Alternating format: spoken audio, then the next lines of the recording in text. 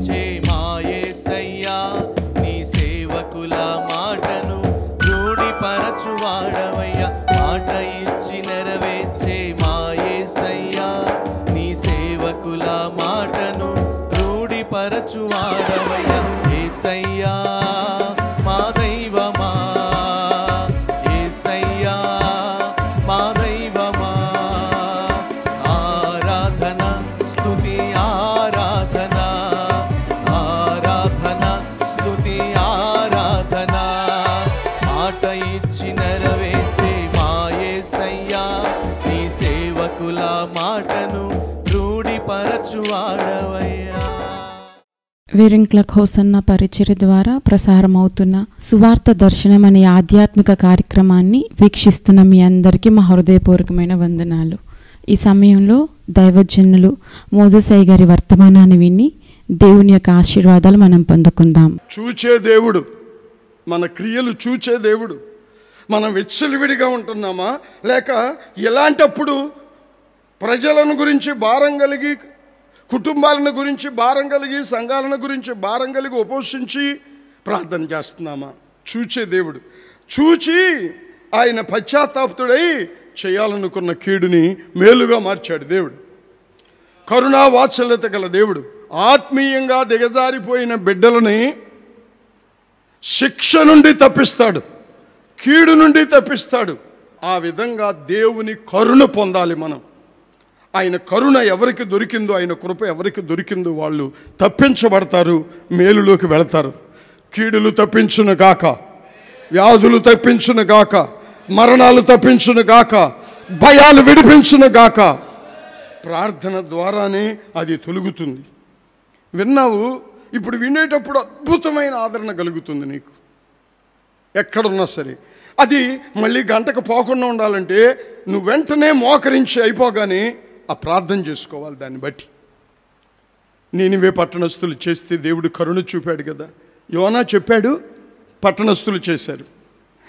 దేవుడు ఇప్పుడు సేవకుల ద్వారా చెబుతున్నాడు, నేను కరుణిస్తున్నాను మిమ్మల్ని, నా వాత్సల్యత మీ మీద ఉంది. మీరు ఇప్పుడైనా ఉపవసించి ప్రార్థన చేయండి విశ్వాసముతో, వీటన్నిటి నుండి తప్పిస్తా, నేను ఆత్మీయంగా మళ్ళా బలపరుస్తా. అయిపోయిందనుకోబాక నీ జీవితం. నా వాత్సల్యత నీ మీదే ఉంది, నా కరుణ నీ మీదే ఉంది. ఆ కరుణా వాత్సల్యత కలిగిన నేను కీడు నుండి తప్పిస్తా, శోధన నుండి తప్పిస్తా, నీకు మేలు కలిగేటట్లు మారుస్తా అని నీనివే పట్టణస్థులకి చెప్పటమే కాక చేసి చూపించాడు దేవుడు. దేవునికి మహిమ కలుగును గాక. ఎజ్రా గ్రంథం 8వ అధ్యాయం 23. మేము ఉపవాసం ఉండి ఆ సంగతిని బట్టి మా దేవుణ్ణి వేడుకొనగా ఆయన మా మనవి అంగీకరించెను. ఇప్పుడైనా ఉపవాసం ఉండమన్న మాటను పట్టుకునేళ్ళు ఇశ్రాయేలు ప్రజలు ఎజ్రా ఉపవాసం ఉన్నారు. కారణం, వాళ్ళు వెళ్ళే మార్గంలో శత్రువులు ఉన్నారని, కీడు చేయడానికి పొంచి ఉన్నారని వాళ్ళకి వేగులు వారు సమాచారం తెచ్చారు. ఇంటెలిజెన్సీ వచ్చింది. ఈ లక్షల మంది ప్రజల ప్రయాణంలో కీడు చేయటానికి కొందరు శత్రువులు పొంచి ఉన్నారని ఆలోచించారు. ఎవరిని సహాయం అడుగుదాం, ఏ రాజు దగ్గరికి వెళ్దాం, అయ్యా మాకు పలానా శోధన ఉంది, మమ్మల్ని కాపాడండి, తప్పించండి అని అడగటానికి వెళ్దామా అని ఆలోచించితే అది సిగ్గు అనిపించిందంట వాళ్ళకి. జాగ్రత్తగా వినండి, అది సిగ్గు అనిపించింది. సిగ్గు అనిపించి ఏమనుకున్నారంటే, వద్దు ఇవన్నీ ఎందుకు, మన రారాజు అయిన యేసు ఉన్నాడు, మన ఉపవాస ప్రార్థన వింటాడు, మనం వేడుకుందాం అని ఒక నిర్ణయానికి వచ్చి అహావా నది దగ్గర ఉపవాసం ఉన్నారంట. అంటే క్లిష్ట పరిస్థితులలో, గుర్తుపెట్టుకోండి, సంఘాలకి క్లిష్ట పరిస్థితులు వచ్చినా, కుటుంబాలకి క్లిష్ట పరిస్థితులు వచ్చినా, మీ యవనస్తుల జీవితంలో క్లిష్టమైన పరిస్థితులు వచ్చినా, సేవలో మనకే క్లిష్ట పరిస్థితులు వచ్చినా, కష్టాలు ఎదురైనప్పుడు కూడా దేవుని సహాయమే పొందాలి మనం. ఈ 25 సంవత్సరాల సేవ అడుగు పెట్టక ముందే ఊరిలో మేము చిన్న కుటుంబం, చక్కని కుటుంబం, మేము చాలా ప్రేమగా ఉండేవాళ్ళం. మా కుటుంబం, చిన్న పిల్లలు 2, ఆమె బలహీనత అయినా ఇంత కూడా ప్రేమ పోయేది కాదు. కారణం గంటల గంటల ప్రార్థనే. మాకు ప్రార్థన. చిన్న సమస్య నాకు వచ్చిందని తెలిసిందనుకో, నాతో పాటు ఉపవాసం ఉండేది, పిల్లలను కూడా ఉంచేది. ఆమెకి బలహీనతగా ఉందనుకో, బాగా నేను కూడా ఉపవాసం ఉండి ప్రార్థించేవాడిని. ఒక పూట ఉపవాసం ఉంటే దేవుడు వినేవాడు.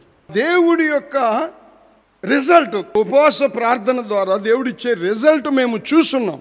అది సేవకు ఉపయోగపడింది. ఇంకొక అనుభవం చెప్పనా, ఈయన అంటాడు, ఆ సంగతిని బట్టి మేము వేడుకుంటే విన్నాడన్నాడు కదా, ఆ సంగతి ఏది, క్లిష్ట పరిస్థితులను గురించి. అది ఏ సంగతి అయినా, ఎదురొచ్చే పరిస్థితులను గురించి మనమే ఉపవాసం ఉండి ప్రార్థన చేయకపోతే కొత్త వాళ్ళకి ఏం తెలుస్తుంది? చాలామంది సేవకులకి ఇంత అద్భుతమైన విషయం అర్థం కావట్లా. అనుభవంతో కూడిన ఒక మాట చెబుతున్నానండి. నువ్వు ఉపవాసం ఉన్నప్పుడు ఆయన వింటున్నాడా లేదా అనేది నీకు తెలిసిపోతుంది. దాన్ని యాక్సెప్ట్ చేస్తున్నాడా లేదా, ఉపవాసాన్ని, ఆ ప్రార్థన వింటున్నాడా లేదా, నీకు రాబోతుందా ఒక మంచి రిజల్ట్ రాబోతుందా దేవుడి దగ్గర నుంచి లేదా అనేది తెలిసిపోతుంది. ఎలాగో చెప్పనా, నీకు తిన్నప్పుడు కంటే ఉపవాసం ఉన్నప్పుడే నీ శరీరం తేలిగ్గా ఉంటుంది, నీకు ఆకలి అనిపించదు. నీకు ఒక రోజు ఎదురికి రెండో రోజు ఉందావా అనిపిస్తుంది. రెండో రోజు అయ్యేసరికి నీ మాటలు పోయి దేవుడి మాటలు వస్తాయి.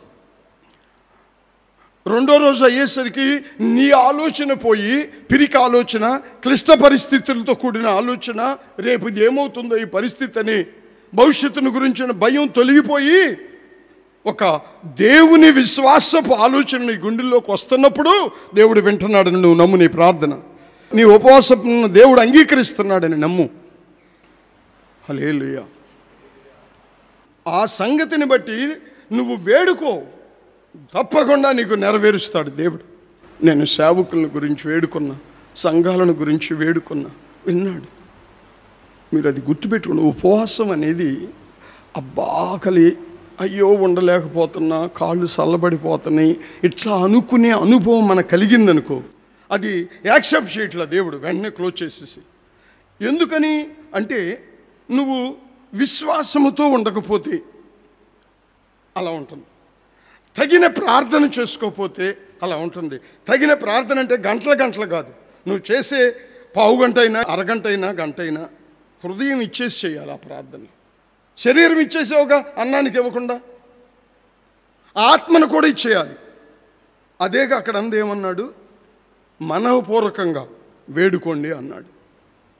హల్లెలూయా, హల్లెలూయా. క్లిష్ట పరిస్థితులలో కష్టాలు ఎదుర్కొనే సమయము నీ కుటుంబానికి, నీ పరిచర్యకి కలిగిన దేవుని సహాయం పొందటానికే నువ్వు నిర్ణయించుకుంటే ఆ ఉపవాస ప్రార్థన ద్వారా, అది ఒక 1000 మంది వచ్చి అందరితో కలిసి చేస్తే జరుగుతుంది అనుకోబాక. నువ్వు, నీ భార్య, నువ్వు, నీ పిల్లలు మనస్ఫూర్తిగా గదిలో ఒక 7-8 గంటలు, మధ్యాహ్నం 3 వరకు వచ్చి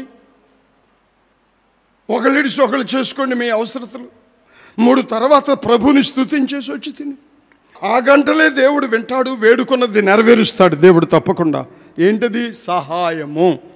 గాడ్స్ హెల్ప్, దేవుని యొక్క సహాయం ఈ సంవత్సరం ప్రతి విశ్వాసి, ప్రతి సేవకుడు చూసి ఈ తోటని పరిమళ సువాసనలు వెదజల్లే ద్రాక్ష తోటగా దేవుని చేత నిలుపుదురుగాక.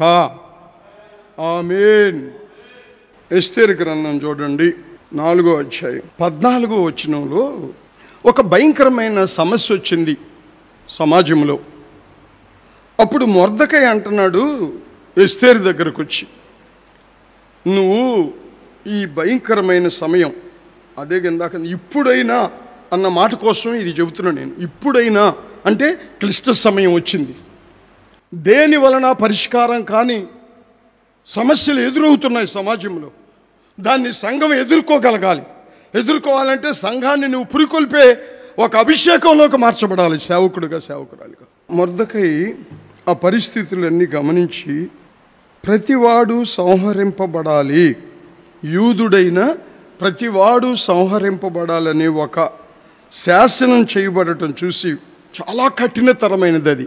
సమాజముగా ఉన్న యూదులని చంపేయండి, దేవుని బిడ్డలు ఉండటానికి ఇల్లేదు అని ఒకటి. విగ్రహారాధన సంబంధమైన రాజు అవటం వలన ఆ శాసనం చేశాడు. కానీ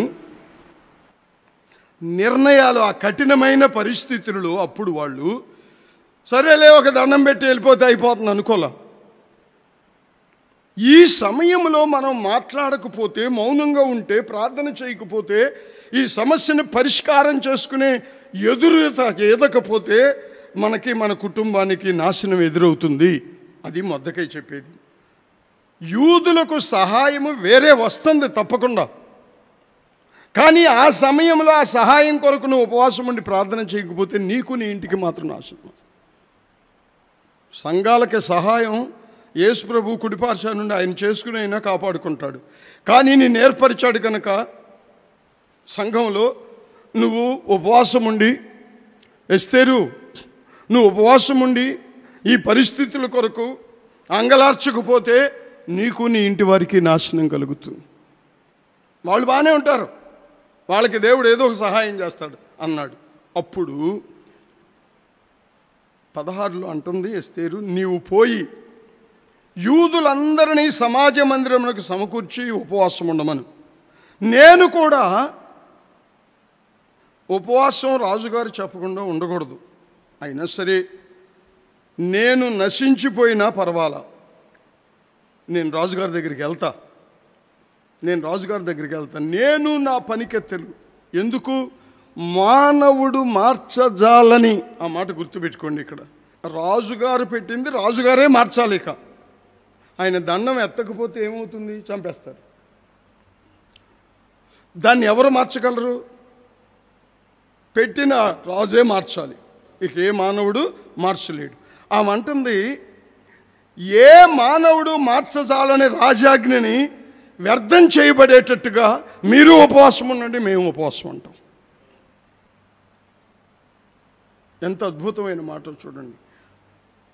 ఉపవాస ప్రార్థన వలన ఏ మనుష్యుడు మార్చజాలని ఆజ్ఞలు, రాజుల ఆజ్ఞలు, మంత్రుల ఆజ్ఞలు, ప్రధానుల ఆజ్ఞలు, చక్రవర్తుల ఆజ్ఞలు, ప్రపంచ బ్యాంక్ ఆజ్ఞలు, ప్రపంచ ఆరోగ్య శాఖ ఆజ్ఞలు అన్నీ తారుమారు చేయగలడు ఉపవాస ప్రార్థన ద్వారా దేవుడు. కానీ ప్రజలు ఎంతసేపు ఆ టీవీల దగ్గర కూర్చుని ఆర్థిక పరిస్థితుల గురించి వరల్డ్ బ్యాంక్ ఏమంటుంది, వాళ్ళకి సహాయం ఏమన్నా చేశారా? మన ఇండియా వాళ్ళు చేశారంట, అమెరికా ఏమన్నా చేసిందా? వరల్డ్ హెల్త్ ఆర్గనైజేషన్ సంస్థ ఏమంటుంది, తగ్గుతుందంట. వాళ్ళు ఇవాళ తగ్గుతుందంట, రేపేమో తగ్గదంటారు. ఈ వ్యాక్సిన్లు ప్రస్తుతమే కానీ తర్వాత లంగ్స్కి ఇబ్బంది అంటారు, ఏయో చెబుతారు. కానీ వాటిని ఆలోచిస్తున్నారు. వీళ్ళు చెప్పేయన్నీ తారుమారు చేస్తాడు దేవుడు ఉపవాస ప్రార్థన ద్వారా.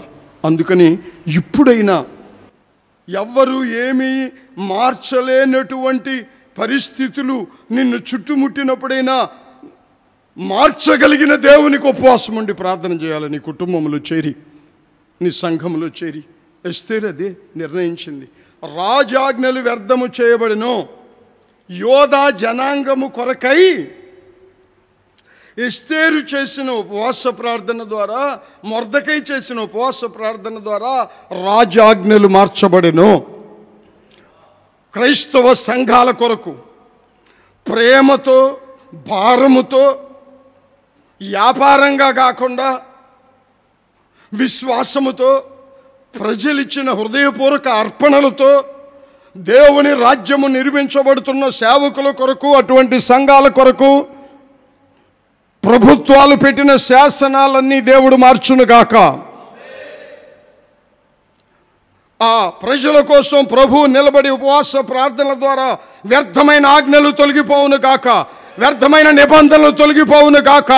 ఈ బైబిల్ పవిత్ర గ్రంథములో దేవుడు తన ప్రజల కొరకు ఏది రాశాడో అదే జరుగును గాక, జరుగును గాక. ఈ ఉపవాస ప్రార్థన ద్వారా హల్లెలూయా, హల్లెలూయా. మార్కు సువార్త 9వ అధ్యాయం 28వ వచనం.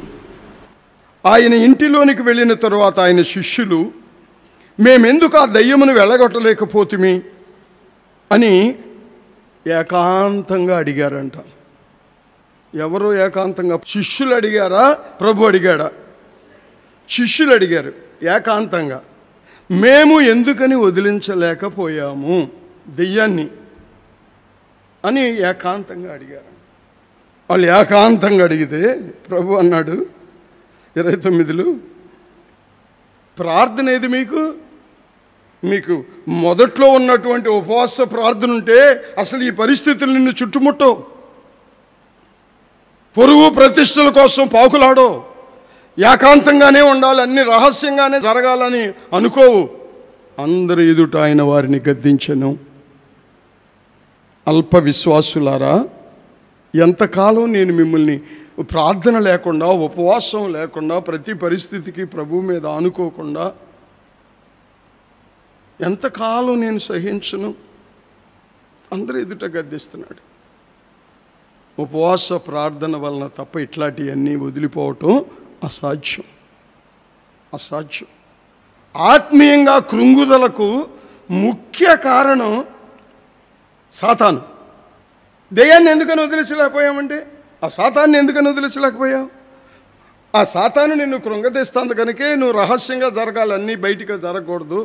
బయట వాళ్ళు చేసేవి నేను చేసేవి మాత్రం అన్నీ పబ్లిక్గా అందరూ వినేటట్టే తెగించి అందరిని అల్లరి చేయాలి అనేటట్టు చేస్తుంది సాతాను. కనుక ఒక ఆత్మీయ డిజార్డర్ లేక ఆత్మీయంగా దిగజారిపోవటం ముఖ్య కారణం ఏంటంటే సాతాను చుట్టూ తిరిగి వశపరుచుకోవటం. వాడిని మనం ఎదిరించాలి. దేవునికి స్తోత్రం కలుగును గాక. వాడిని ఎదిరించటానికి, నిన్ను ఆత్మీయంగా దిగజార్చే వాడైన సాతానుని ఎదిరించడానికి ఒకే ఒక్క ఆయుధం ఉపవాస ప్రార్థన. అదృశ్యంగా ఉన్నది నీ చుట్టూ, అదృశ్యంగా ఉన్నది నీ కుటుంబం చుట్టూ, అదృశ్యంగా ఉన్నది నిన్ను దిగజార్చడానికి, ఆత్మీయంగా దిగజార్చే, విశ్వాసంలో దిగజార్చే, ప్రార్థనలో దిగజార్చే ప్రయత్నాలు చేస్తున్నది మళ్ళీ అదృశ్యంగానే వెళ్ళిపోతుంది నీ దగ్గర నుంచి. అది ఉందని నమ్మాలి. నువ్వు ఉపవాస ప్రార్థన చేసి అది పోయిందని నమ్మాలి. హల్లెలూయా. అది ఉండటము కంటికి కనపడదు, అది పోవటము కంటికి కనపడదు, కానీ నీ క్రియల ద్వారా తెలుస్తుంది నీకు. నువ్వు దిగజారిపోతావు ఆత్మీయంగా. ఆధ్యాత్మిక విలువలలో ఎవరన్నా నడిపిద్దామన్నా వాళ్ళ మీద కూడా తిరగబడతావు. కానీ తిరగబడాల్సింది సాతాను మీద. మనందరం తిరగబడాల్సింది ఎవరి మీద? ఎదిరించు, దేవునికి లోబడు, దేవుని ఆధ్యాత్మిక విలువలకు లోబడు, ఉపవాసం ఉండి ప్రార్థనతో ఎదిరించు. ఎదిరించే ఆయుధం ఏంటి? కత్తి డాలు కాదు, ఉపవాస ప్రార్థన. హల్లెలూయా, హల్లెలూయా. అన్ని సమస్యలకి, నిన్ను దిగజార్చే అన్ని సమస్యలకి, నీ కుటుంబాన్ని పతనం చేసే అన్ని సమస్యలకి ఆయుధం ఉపవాస ప్రార్థనే. ఇక నువ్వు వాళ్ళని తీసుకొస్తాను, నీళ్ళు చుట్టాలు నీళ్ళని తీసుకొస్తాను, వాళ్ళతో చెప్తానంటే అవన్నీ జరిగేవి కాదు. ఉపవాస ప్రార్థన చేస్తే చర్నాకోలు పెట్టి కొట్టినట్టుగా ఒళ్ళంతా వాతలు పడి పారిపోతాడు వాడు. హల్లెలూయా, హల్లెలూయా. అనేక మంది నులివెచ్చని స్థితిలో ఉంటున్నారు. మేము ఎందుకని వదిలించలేకపోయాం అంటాడు, కానీ మేము ఎందుకని ప్రార్థన చేయలేకపోతున్నాం, మేము ఎందుకని ఉపవాసం ఉండలేకపోతున్నాం. ఆయన చూస్తేనేమో రక్తం చెమట వచ్చేటట్టుగా మోకాళ్ళ మీద ఉండి చేస్తున్నాడు. మరి మేమెందుకు అట్ట కూనిపాట్లు పడుతున్నాం? 3 సార్లు వచ్చి ఆయన మమ్మల్ని మేల్కొల్పాల్సి వచ్చింది కదా. మేము ఎందుకని ఇట్లా ప్రార్థనలో దిగజారిపోయాం ప్రభు, అది అడగట్లా. మేమెందుకు వదిలించలేకపోతున్నాం, మేమెందుకు అద్భుతాలు చేయలేకపోతున్నాం, మేమెందుకు స్వస్థతలు చేయలేకపోతున్నాం, అడుగుతున్నారు. వాళ్ళకి పేరు వచ్చే వాటిని అడుగుతున్నారు. ఆ నులివెచ్చగానే కొనసాగటానికి ఇష్టపడతారు, కానీ అనేక మంది ఉపవాసం ఉండి వాటిని గెలిచి ఉజ్జీవంగా ఉండటానికి ప్రయత్నించాలి. నులివెచ్చగానే ఉపవాస ప్రార్థన ద్వారా వాడిని తరుముతుంటే దేవుడు పక్క నుండి ఉజ్జీవాన్ని కలుగు చేస్తున్నాడు. ప్రజలు కట్టుకుంటున్నారు, నేను కాదు. హల్లెలూయా.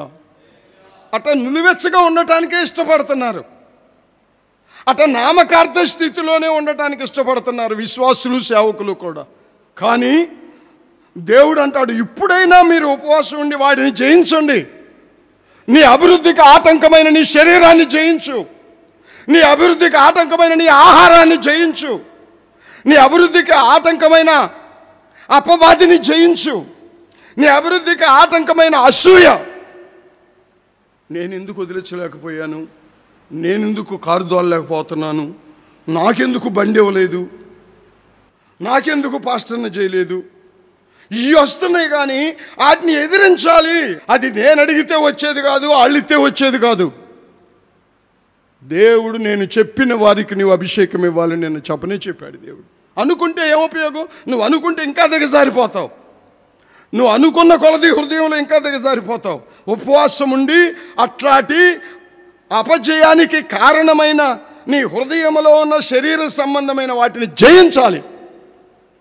అప్పుడు దేవుడు నీ పక్క నుండి.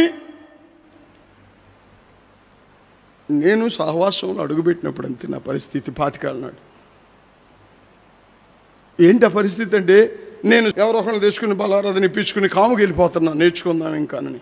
కానీ ఈ మందిరం ప్రారంభోత్సవం రోజు సాక్ష్యం చెబితే అది విని దైవజనులు, రేపు గుడారాల పండగ 5 రోజులకి, దాంట్లోనే పాస్టర్గా అభిషేకం ఇస్తున్నాను, మీరు అందరూ వచ్చేసేయండి, మీ పాస్టర్ గారిని చూసుకుందరు కానీ అన్నాడు.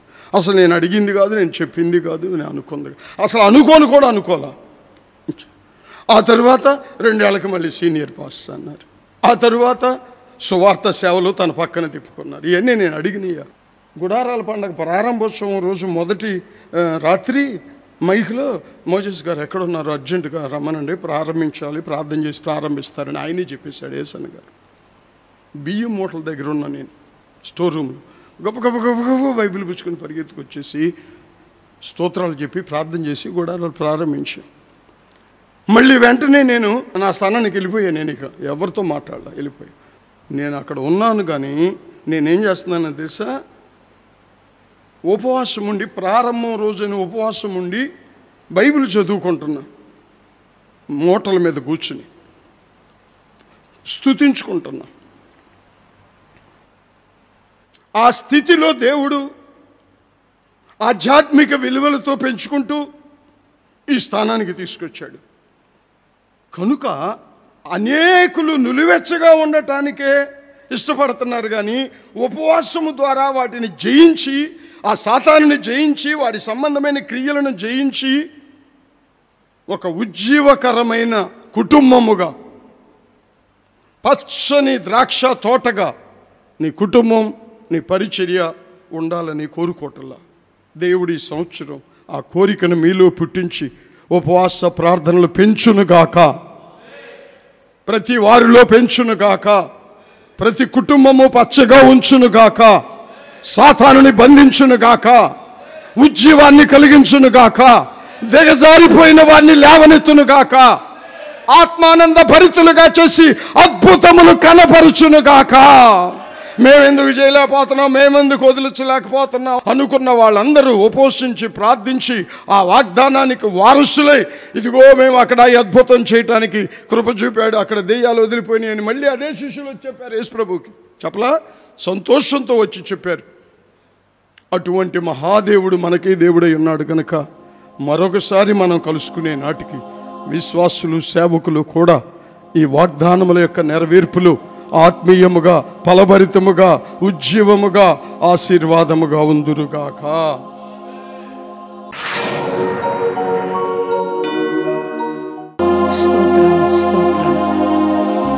పరిశుద్ధాత్ముడా నీకు స్తుతులు, స్తోత్రాలు. ప్రార్థన వల్లే కానీ మరి దేని వల్ల ఎట్టివి వదులుట అసాధ్యమన్నావు తండ్రి. మా జీవితాల్లో ప్రార్థన ద్వారానైనా ఎన్నో మేలులు చేస్తూ ఉన్నావు తండ్రి, నీకు స్తోత్రాలు దేవా. 26వ సంవత్సరానికి ఈ ఉపవాస ప్రార్థన ద్వారా ప్రారంభించడానికి నువ్వు చూపిన కృపను బట్టి నీకు స్తోత్రాలయ్యా. నువ్వు చూపుతున్న వాత్సల్యతను బట్టి నీకు స్తోత్రాలనైనా. అవును తండ్రి, శ్రేష్టమైన ద్రాక్ష వల్లిగా నువ్వు నాటావయ్యా. నీరు కట్టి ఫలింపచేస్తున్నావు నాయన. దీన్ని కాపు కాస్తూ ఉన్నావు, ఎవరు రాకుండా కాపాడుతూ ఉన్నావు ప్రభువా. తండ్రి, కాపరులుగా మా జీవితాల్లోనైనా మా దేవా ఉపవాసాల ద్వారా ప్రార్థనలు చేస్తూనైనా ప్రజల క్షేమం కొరకు, ప్రజల రక్షణ కొరకు నా తండ్రి దేవా నీ సన్నిధిలో ప్రార్థించడానికి కావాల్సిన కృపని, అభిషేకాన్ని అనుగ్రహించండి నాయన. మా తండ్రి, వారి కలిగిన క్రీడును బట్టి నా తండ్రి అయ్యా దేశమంతా నశించిపోతుందని దేవా నినివే పట్టణానికి చెప్పిన దానిని బట్టి నా ప్రభువా వారు నా తండ్రి మనఃపూర్వకంగా గోని పట్టా కట్టుకుని ప్రార్థించగా నా తండ్రి చేదునన్న కీడు చేయక మానేవు తండ్రి. అయ్యా తప్పించే దేవుడివై ఉన్నావు, కాపాడే దేవుడివై ఉన్నావు దేవాని స్తోత్రాలు. ఈ సంవత్సరం అంతా చేస్తున్న ప్రార్థనలు నెరవేర్చండి నాయన. ఉపవాస ప్రార్థన ద్వారా విజయాన్ని కలుగు చేయండి నాయన. ఈ మాటలున్న ప్రతి ఒక్కరికి విశ్వాసాన్ని అనుగ్రహించిన తండ్రి ఉపవసించి నాయన మనఃపూర్వకంగా వేడుకునే వారిగా చేయండి ప్రభువాని స్తోత్రాలు. విశ్వాసంతో ప్రార్థించే వారిగా చే ప్రభువాని స్తోత్రాలు నాయన. అయ్యా మా తండ్రి, మా పితరులకు చేసిన కార్యాలు నేడు మా జీవితాల్లో చేస్తున్నావు. మాకు చేసిన కార్యాలు మా బిడ్డల జీవితాల్లో చేస్తున్నావు దేవానికి స్తోత్రాలు నాయన. ఈ ఉపవాస ప్రార్థన అనేకులకు ఆశీర్వాదంగా ఉంచండి అయ్యా. ఈ ఉపవాస ప్రార్థన ఈ సహవాసానికి దీవెనకరంగా ఉంచండి మా ప్రభువాని స్తోత్రాలు నాయన. ఏదైతే ప్రార్థిస్తున్నామో అవన్నీ నెరవేర్చండి నాయన. దైవజనులు చేయి చాచి ప్రార్థిస్తూ ఉండగా వెనువెంటనే కార్యాలు జరిగించండి మా ప్రభువా. అద్భుతాలు కనపరుస్తున్నావు నాయన. నువ్వు చేసే కార్యాలు ప్రజలు గుర్తించాలి నాయన. అయ్యా ప్రవాహంలాగా నీ సన్నిధికి నడిపించబడాలయ్యా, రక్షణలో స్థిరపరచబడాలయ్యా తండ్రి. వారిని చూచిన అనేకులు నాయన నీ సన్నిధికి రావాలి నా ప్రభువాని స్తోత్రాలయ్యా. దేవానికి స్తోత్రాలు, స్తోత్రాలు నాయన. వేరే ఆలోచన, వేరే తలంపులు కలిగినటువంటి వారితో నువ్వు మాట్లాడినాయన. ఐక్యత కలిగిన ఆలోచనలోకి నడిపించిన తండ్రి దేవా. ఉపవాస ప్రార్థన ద్వారా ఆ దేవా ఎస్తేరు ఎలా తన జనాంగము కొరకు ప్రార్థించిందో, నేను నశించినా నశించిపోతాను కానీ ఈ ప్రజల కొరకు రాజు దగ్గరికి వెళతానని తెగించిందయ్యా. తెగింపు కలిగిన భక్తి మాలో ఉండాలి నా ప్రభువా. ఆ ప్రార్థన మాలో ఉండాలి మా ప్రభువా. మా ప్రార్థన ద్వారా మా ప్రజలు రక్షించబడాలి. మా ప్రార్థన ద్వారా ప్రజల క్షేమాన్ని పొందుకోవాలయ్యా. అట్టి భాగ్యాన్ని మీరు అనుగ్రహించండి ఆయన. ఈ ఉపవాస ప్రార్థన మీరెంతో ఆశీర్వాదకరంగా జరిగించారయ్యా. నీ సన్నిధిలో చేరినప్పుడు నా తండ్రి ఆనందింప చేస్తున్నావు నాయన. తృప్తిని కలుగు చేస్తున్నావు నాయన. పరిశుద్ధాత్మ అభిషేకాన్ని అనుగ్రహిస్తున్నావు నాయన. ఆత్మ తాకుదల కలుగు చేస్తున్నావు నాయన. నీ స్పర్శను అనుగ్రహిస్తున్నావు నాయన. అద్భుతమైన కార్యాన్ని జరిగిస్తున్నావు. తృప్తిని కలుగు చేస్తున్నావు దేవానికి స్తోత్రాలు నాయన. మరింతగా దైవజనుల నీ సంవత్సరం అంతా తండ్రి ప్రవచన లాంటి వాకులతో, జోంగల మాటలతో అనేకులకు ఆశీర్వాదకరంగా నిలపమని, ఆరోగ్యవంతులుగా ఉంచమని యేసు నామములో ప్రార్థించి వేడుకొంచున్నాం తండ్రి. ఆమేన్.